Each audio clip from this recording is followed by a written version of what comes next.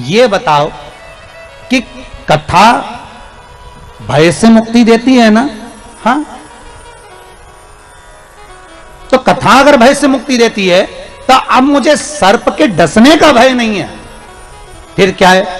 तो भगवान से सुखदेव जी महाराज से राजा परीक्षित कर रहे, बस बात इतनी सी है कि जब वो सर्प का जहर मेरे शरीर में जाएगा तो मेरे शरीर की रोमावली में कृष्ण समाया होगा, क्योंकि मैंने भागवत सुनी है तो मेरे शरीर में कृष्ण बैठा होगा। बस निवेदन इतना है, वो जहर मेरे कृष्ण तक ना पहुंचे, उसको रोकने का कोई उपाय बता दो। तब सुखदेव जी की आंख में जल भर गया और सुखदेव जी ने राजा परीक्षित से कहा कि अब तू शिव का स्मरण करना प्रारंभ कर दे। और परीक्षित के मुख से शंकर का जब नाम निकला, तक्षक डसा पर जहर उस कृष्ण तक पहुंचने नहीं दिया। इसको कहते वात्सल्यता, इसको कहते प्रेम, इसको कहते स्नेह, इसको कहते करुणता, इसको वात्सल्यता, इसको प्रेम, इसको करुणता कहते, इसको स्नेह।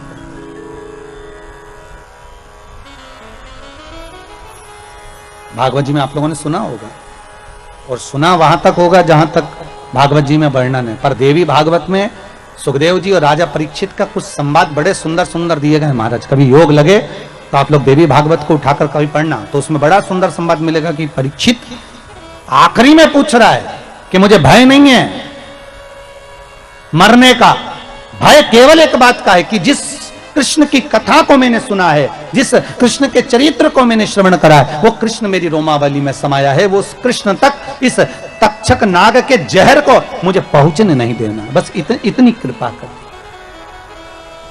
वो ना पहुंचे।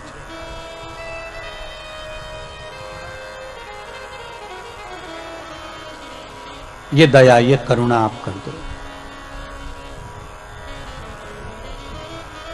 शिव महापुराण की कथा कहती है, 3 तरह से मरे हुए व्यक्ति को मोक्ष नहीं। सर्प का डसा, पानी में डूबा, स्त्री के हाथ से मरा, और गरुड़ पुराण में एक और बात लिखी है, कुंवारी अवस्था में मरा हुआ।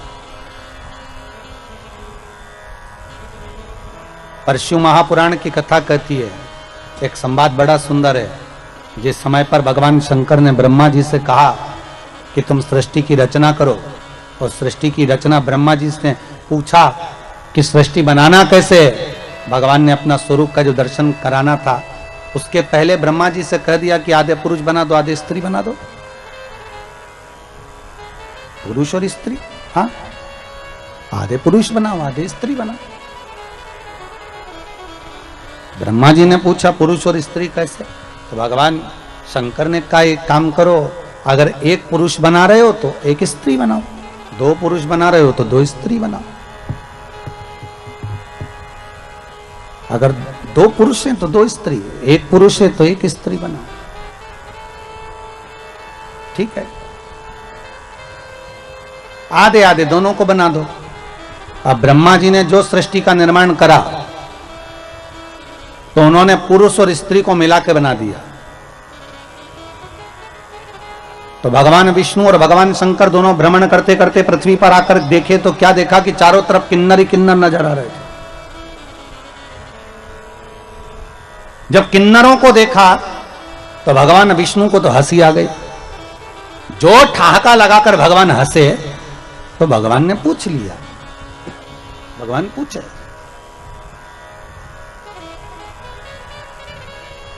शंकर भगवान ने पूछा क्यों नारायण क्यों हंस रहे हो? भगवान विष्णु बोले भोलेनाथ जी आपको हंसी नहीं आ रही? शिव जी ने पूछा किस बात के लिए? ब्रह्मा जी को बोला था कि स्त्री और पुरुष बनाना, इन्होंने क्या बना दिया?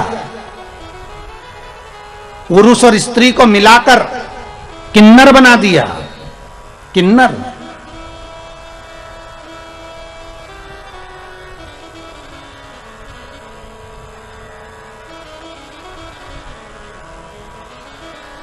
भगवान शंकर भगवान विष्णु को देखकर आंखों में जल भरकर बोले रे नारायण, आपने ब्रह्मा की बनाई हुई सृष्टि पर हंसा है। शिव कहते हैं सुनो ए नारायण, दुर्बल व्यक्ति पर, धनहीन व्यक्ति पर, बीमार व्यक्ति पर, शरीर से अपंग व्यक्ति पर, नेत्रविहीन व्यक्ति पर, श्रवणविहीन व्यक्ति पर, मुख बधिर व्यक्ति पर, शरीर से कष्ट भोग रहे व्यक्ति पर अगर कोई व्यक्ति हंसता है तो शंकर कहते हैं उस व्यक्ति पर जिस पर हंसा है उसके जैसा एक जन्म उस मनुष्य को लेना पड़ता है। उसके जैसा जिस पर तुम हंसे हो, किसी गूंगे पर, किसी विकलांग पर, हस्तविहीन पर, श्रवणविहीन पर, नेत्रविहीन पर, जिह्वाविहीन पर, वाणी विहीन पर, दुर्बल शरीर से हो, कोई शरीर से ज्यादा तगड़ा हो, कोई शरीर से दुर्बल हो, कोई धन से विहीन हो, उस पर देखकर नहीं हंसना। अरे हो सकता है, हमारे यहां तो शिव महापुराण कथा कहती है कब घोड़े के दिन फिर जाएं, ये किसको मालूम है। अब तुम्हें अभी अभी देख लो ना भैया, तुम जाकर प्रतापगढ़ में देखना, इलाहाबाद में देखना, प्रयागराज में देखना, लखनऊ में, कानपुर में, दिल्ली में, मुंबई में, पूना में, जहां जाकर देखना एक से बढ़कर एक शोरूम है कपड़े के। पूरे सूरत में, जोधपुर में, जयपुर में एक से बढ़कर एक कपड़े के बड़े से बड़े शोरूम बने। प्रतापगढ़ में जाकर देखना बड़े बड़े शोरूम बने, हजारों हजारों रुपए के कपड़े उन शोरूमों में टंगे हुए हैं, हजारों रुपए के कपड़े टंगे। पर आज इस कोरोना के 1 साल पहले निकल गया और ये 1.5-2 महीना निकल चले, इस पूरे समय में अंदाजा लगाकर देखना कि वो हजारों का कपड़ा शोरूम में टंगा की टंगा ही रह गया और वो 10 रुपए का मास्क करोड़ों का व्यापार कर निकल गया। करोड़ों का व्यापार, एक जरा सा मास्क मात्र 2 रुपए का, 1.5 रुपए का, 5 रुपए का, 10 रुपए का, उसने भारत की भूमि पर करोड़ों का व्यापार कर दिया और वह हजारों रुपए के कपड़े शोरूम में टंगे की टंगे रह गए। कौन पूछता था इन मास्क को? अरे बोलो तो, कौन पूछता था इतने से टुकड़े को, कपड़े को? कौन पूछेगा? कोई नहीं पूछता था। 10 रुपए का मास्क कोई नहीं जानता था, कौन पूछेगा? पर हजारों रुपए के शोरूम में कपड़े टंगे की टंगे रह गए और वो 5 रुपए का, 2 रुपए का, 10 रुपए का मास्क करोड़ों का व्यापार कर निकल गया। इसलिए याद रखना, कभी किसी पर हंसना नहीं। शोरूम भरे की भरे रह गए और 2 रुपए का मास्क कर रहे हैं। नारायण, तुम अगर इस ब्रह्मा की बनाई हुई सृष्टि पर, इन किन्नरों पर हंसे हो तो भगवान शंकर ने कह दिया, विष्णु तुमको भी पृथ्वी पर जाकर एक बार किन्नर बनना पड़ेगा, तुम्हें भी एक बार किन्नर बनना पड़ेगा। क्यों हंसो किसी पर? कोई विकलांग है क्यों हंसना? कोई हाथ के विहीन है क्यों हंसना? कोई नेत्र के विहीन है, किसी की वाणी शुद्ध नहीं है, किसी की श्रवण शक्ति शुद्ध नहीं है, हो सकता है, क्यों हंसना?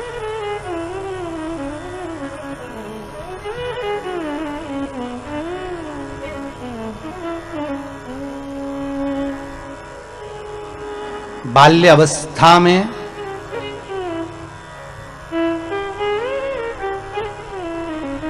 वो द्रौपदी पूर्व समय में एक ब्राह्मण नहाने के लिए गंगा जी में गया, उसका अंग वस्त्र सहेलियों ने मिलकर, द्रौपदी ने मिलकर उस अंग वस्त्र को मात्र छुपा दिया और संत ढूंढता रह गया उस तन के छोटे से टुकड़े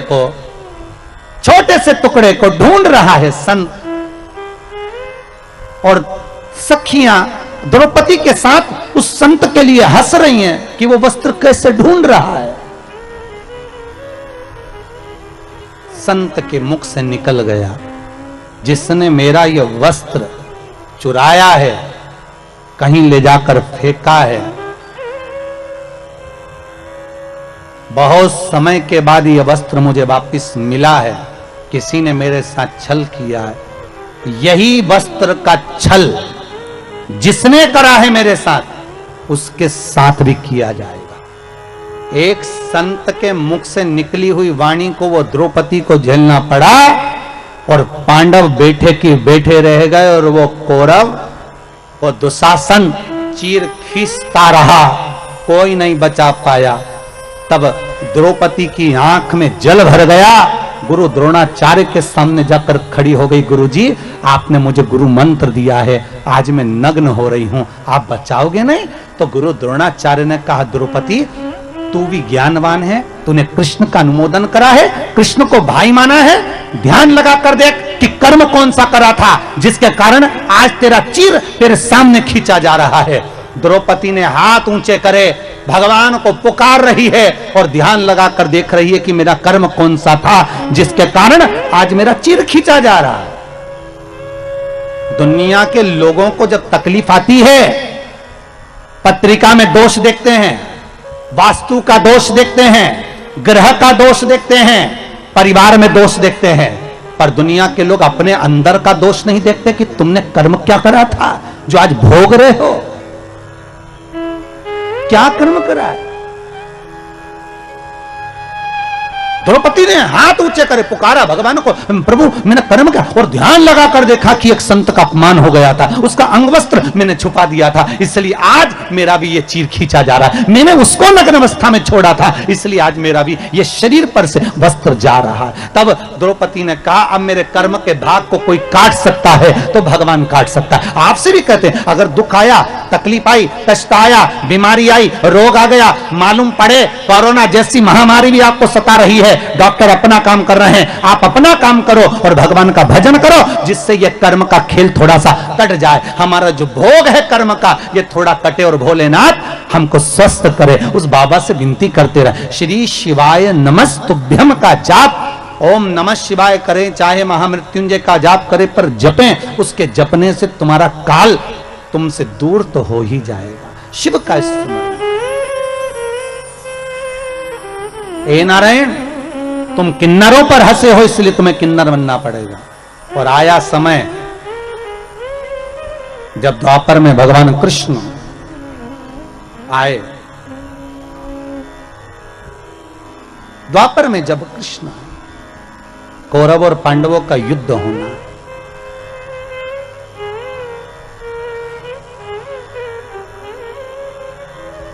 कहां पर हुआ था कौरव और पांडवों का युद्ध?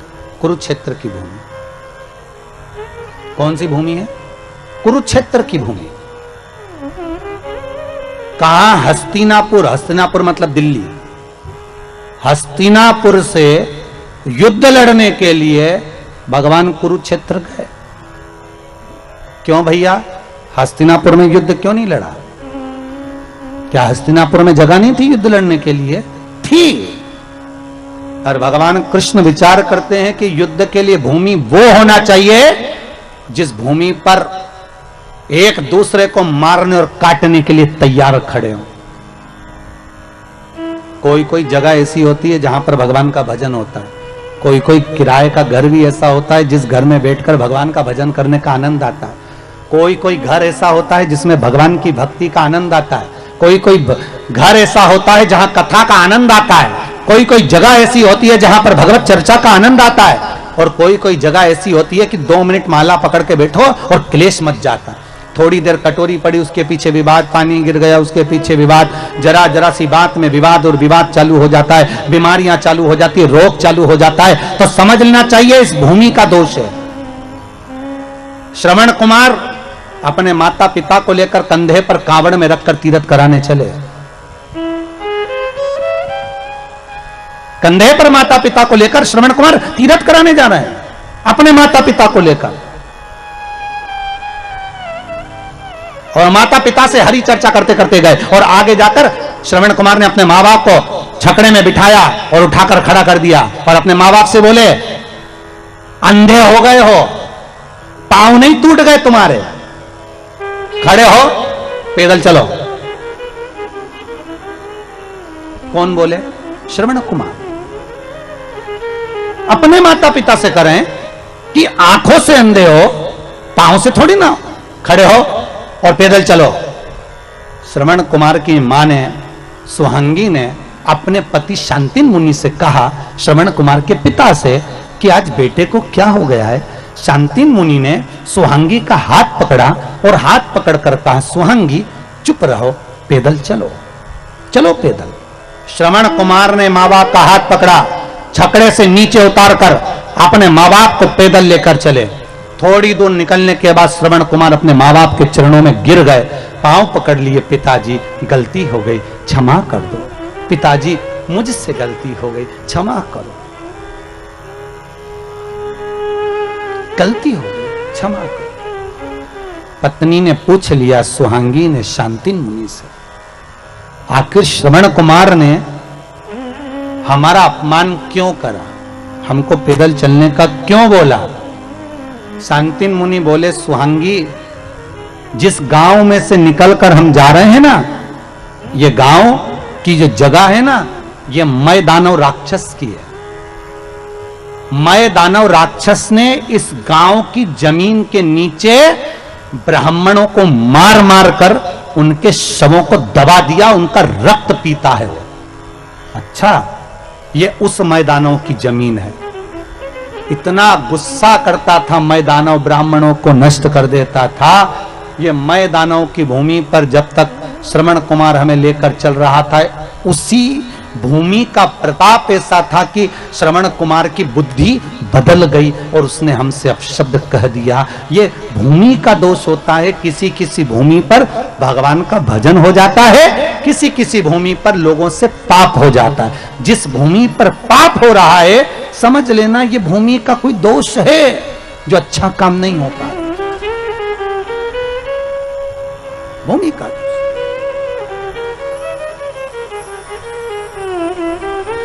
कारण क्या हो सकता है?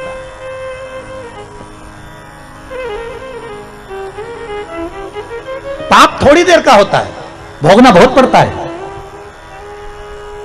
पाप कितनी देर का? थोड़ी सी देर। और भोगना कितना पड़ेगा? अंदाजा लगाओ जरा। तो उस भोगने पर मत जाओ, यहीं का भोगना देख लो। किसी को चाकू मार दिया, कितनी देर लगा? अरे बोलो जरा फिर। चाकू मारा 2 मिनट, मर गया 5 मिनट, कितने मिनट लगे? जम के बोलिए, 7 मिनट। अब भोगना कितना है वो देखिए।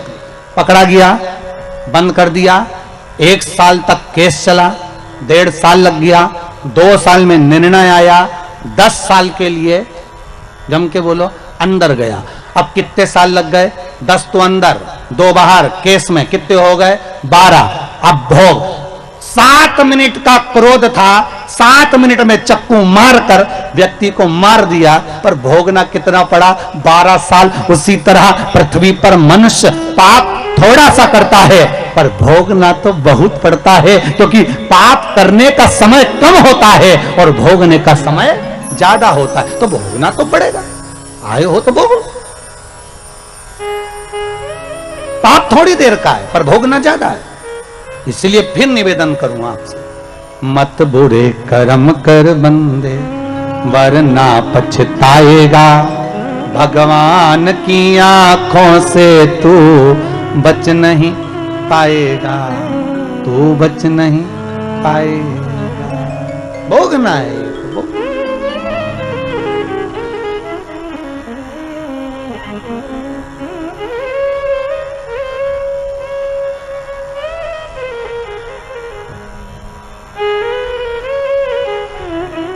इसलिए भगवान से कहा करो, कभी कभी मौका मिल जाए और भगवान से कहने का जब समय मिले तो उससे निवेदन कर सकते कि हे प्रभु, ऐसी कृपा करना कि शरीर से किसी को कष्ट ना हो।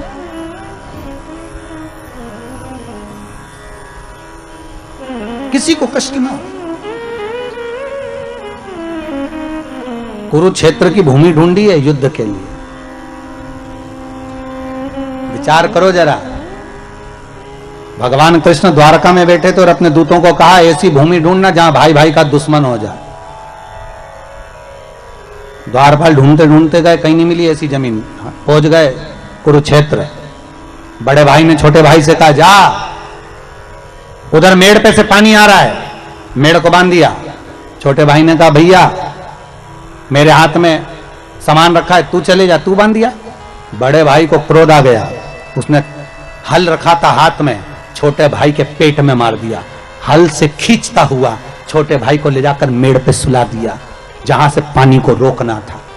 पानी तो रुक गया, भाई तड़प तड़प के मरता रहा।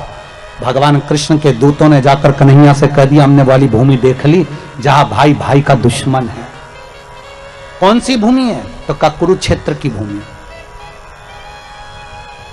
भगवान ने कहा युद्ध होगा तो वहीं होगा, नहीं तो भगवान चाहते तो प्रतापगढ़ में भी युद्ध करना नहीं आ सकते थे। दिक्कत क्या थी? हस्तिनापुर से तो जाना था, वहां गए तो उसकी जगह यहां आ जाते, प्रयागराज आ जाते, मथुरा पहुंच जाते।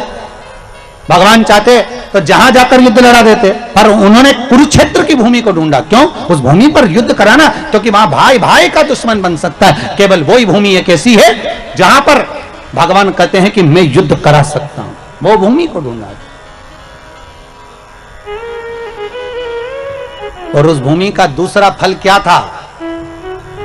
कुरुक्षेत्र की भूमि पर राजा कुरु, जिसने शंकर भगवान की आराधना करी थी, और शिव जी ने प्रसन्न होकर कहा था मांग कुरु, तुझे क्या चाहिए? राजा कुरु कहता है प्रभु बस मुझे वर दे दो कि इस भूमि पर जो मरेगा उसको स्वर्ग मिलेगा, आप वर दो। भगवान ने कहा कुरु तू और कुछ मांग ले। राजा कुरु ने शंकर जी से कहा नहीं नहीं प्रभु, आप तो बस इतना वर दे दो कि मेरे कुरुक्षेत्र में, मेरे क्षेत्र में, मेरी इस कुरु भूमि पर जहां पर कोई मरे उसको स्वर्ग मिले। तो भगवान कृष्ण को तो मालूम था कि शंकर जी ने वर दिया है, इस भूमि पर जितने मरेंगे बेचारे, अभी परिवार की लड़ाई में, कौरव और पांडवों की लड़ाई में ये दूसरे मरेंगे, और दूसरे मरेंगे तो इनका क्या फायदा होगा? जमीन मिलेगी तो पांडवों को, जमीन मिलेगी तो कौरवों को, ट्रैक्टर मिलेगा तो पांडवों को, ट्रैक्टर मिलेगा तो कौरवों को, मकान मिलेगा तो पांडवों को, राज मिलेगा तो पांडवों को। तो परिवार की लड़ाई में जो दूसरे मरेंगे इनका भी तो उद्धार होना चाहिए। तो भगवान ने मन में सोचा एक काम करो, कुरुक्षेत्र में युद्ध लड़ाओ। कुरुक्षेत्र में युद्ध लड़ाएंगे तो जितने मरेंगे इनको कम से कम स्वर्ग तो मिल जाएगा। तो भगवान ने ये चतुरता कर कर कुरुक्षेत्र में युद्ध लड़वाया कि मरे तो बैकुंठ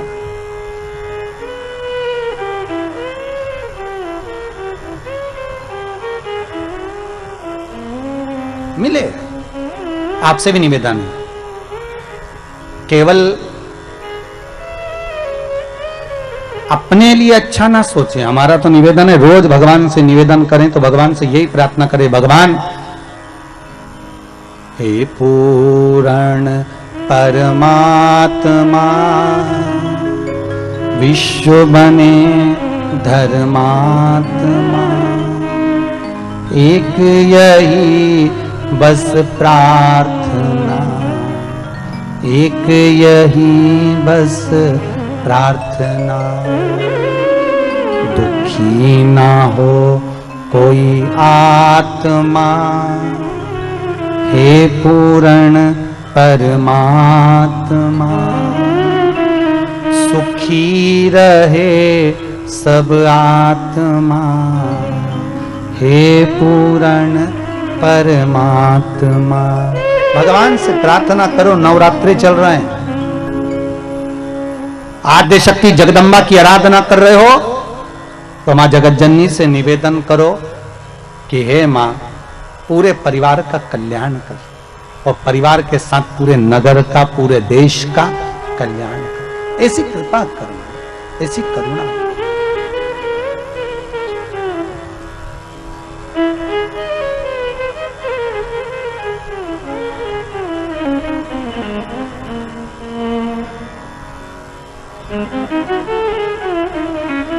ऐसी कृपा हो जाए, ऐसी दया हो जाए। हे नारायण, तुमको भी पृथ्वी पर जाकर किन्नर बनना पड़ेगा। भगवान बने। द्वापर आया, कौरव और पांडवों का युद्ध हो रहा है। कुरुक्षेत्र की भूमि पर युद्ध मैदान में चंडी देवी आकर खड़ी हो गई, और चंडी ने कहा हे कौरव और पांडव, युद्ध एक शर्त पर होगा, पहले मेरे लिए बलि चढ़ाओ। अपने अपने परिवार के एक एक व्यक्ति की बलि चाहिए।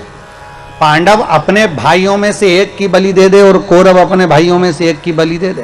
कौरव तो खुश हो गए कि हम 100 में से एक बलि चढ़ गए, 99 बचेंगे। ये ले दे के 5, एक मर गए तो 4 ही बचेंगे। अब ये वही वाली बात आ गई ना, तेरा क्या होगा रे कालिया। अब ले दे के तो 4 बचे, अब 5 में से एक गया तो 4 ही बचे ना। है क्या करें? भगवान कृष्ण के पास खबर गई, कृष्ण के पास जैसी सूचना गई, भगवान कृष्ण ने अर्जुन को बुलाया। अर्जुन इधर आ। अर्जुन बोले हाँ प्रभु, कल बलि चढ़ना है।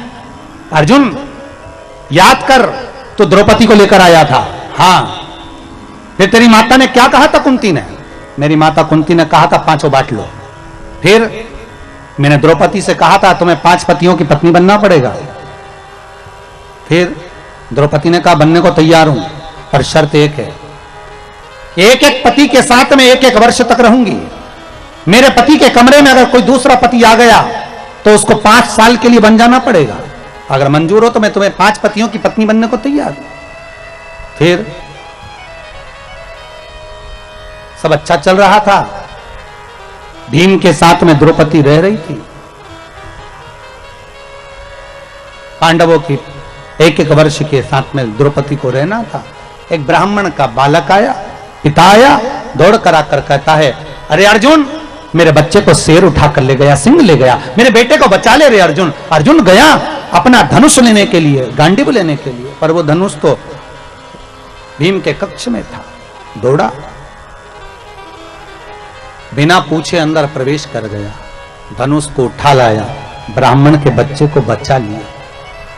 ब्राह्मण के बच्चे को बचाया, और जब ब्राह्मण का बालक बच गया, ब्राह्मण का बालक बच भी गया, पर द्रौपदी ने हाथ जोड़कर कह दिया कि अब आपको 5 वर्ष के लिए वन जाना पड़ेगा।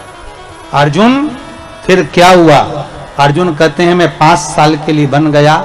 वन में जाकर मैंने नागों की कन्या उलूपी के साथ में विवाह कर लिया। विवाह करने के बाद मेरा एक बेटा हो गया, उसका नाम आरावन था। क्या नाम था? आरावन। भगवान कहने लगे अब अर्जुन खड़े हो जा, उसी जगह पर जहां तूने विवाह किया था, जहां तेरा बेटा हुआ था। अब वो बेटा बड़ा हो गया होगा, ये तो तुम्हारी कुल का परिवार के एक व्यक्ति की बलि देना है, उसको लिया, उस आरावन की बलि देंगे, जा लेकर। अर्जुन गया, आरावन को कहा बेटा कौरव और पांडवों का युद्ध है, तुम्हें युद्ध में चलना है। आरावन ने कहा चलो चलिए पिताजी, चिंता मत करना, 1-1 कौरवों को मार मार कर गिराऊंगा, आप बिल्कुल टेंशन ना लीजिए, चिंता ना करिए। जैसे ही आरावन आया, भगवान कृष्ण ने बुलाकर कहा आरावन तुम्हें मालूम है तुम्हें क्यों बुलाया गया है? आरावन ने कहा नहीं दादा, हमको नहीं मालूम। आरावन, आपको नहीं मालूम? नहीं। चंडी देवी को बलि चढ़ाना है कौरव और पांडवों में से 1-1 परिवार के 1-1 व्यक्ति की, तुम्हारी बलि चढ़ना है। आरावन कहते हैं दादा बलि तो चढ़ा दो, मना नहीं है, पर मैं कुंवारा हूं, मैंने अपनी माता उलूपी नागों की कन्या, मेरे नाना जो थे वो नाग थे, सांप थे, तो मेरे नाग नाना ने अपनी पुत्री उलूपी को बताया था, मेरी मां को बताया था, नाग कन्या को, कि हे पुत्री, जो कुंवारी अवस्था में मर जाता है उसको ना पिंड मिलता है, ना तर्पण होता है, ना तिलांजलि होती है, ना गया जी में श्राद्ध होता है, ना ब्राह्मण को जिमाया हुआ भाग उस कुंवारी अवस्था में मरे हुए व्यक्ति को प्राप्त होता है। जो कुंवारी अवस्था में मरा है उसको यह भाग नहीं मिलेगा। जो कुंवारी अवस्था में मरा है उसको ना पिंड, ना तर्पण, ना तिलांजलि, ना श्राद्ध, कुछ प्राप्त नहीं होगा, कुछ नहीं मिलेगा। आरावन कहते हैं दादा मैंने मेरी माता के मुंह से सुना था, मुख से, मैं कुंवारा नहीं मरना चाहता दादा, अगर मैं कुंवारा मर गया तो मुझे जल नहीं मिलेगा, तर्पण नहीं होगा, तिलांजलि नहीं होगी, मेरा पिंड नहीं होगा, मेरा भोज नहीं होगा। दादा आपसे निवेदन है, आप मेरा विवाह कर दो, उसके बाद मेरी बलि चढ़ा दो। भगवान कृष्ण ने अर्जुन से कहा युधिष्ठिर, नकुल, सहदेव सब जाओ, जल्दी से एक लड़की ढूंढो, उसके साथ शादी कर देते। पूरे हस्तिनापुर में ढूंढा तो कौन बाप अपनी बेटी भी आएगा एक रात के लिए? कौन होगा जो लड़की भी आएगा एक रात के लिए? किसी ने लड़की नहीं दी, किसी ने नहीं दी बेटी। भगवान को लगा अब क्या करा जाए। भगवान कृष्ण को याद आया कि शंकर भगवान ने कहा था कि ए नारायण तुम किन्नरों पर हंसे हो, इसलिए तुम्हारा एक जन्म किन्नर का होगा। भगवान ने कहा एक आज ही जन्म ले लेता हूं, और भगवान कृष्ण किन्नर बन गए आ रावण के साथ रात्रि में शादी कर ली, फेरे डाल लिए, भांवर पढ़ ली और शादी करने के बाद रात्रि को विवाह हो गया। सुबह आ रावण की बलि चढ़ गई। भगवान फूट फूट के रोने लगे। आज भी हिंदू धर्म में किन्नर गले में मंगलसूत्र पहनते, मांग भरते, चूड़ी पहनते, बिछुड़ी पहनते हैं। कई कई लोगों के मन में आता है कि इनका पति कौन होगा किन्नरों का। तो शिव महापुराण की कथा कहती है आ रावण किन्नरों का पति होता है, इसलिए आज भी किन्नरों का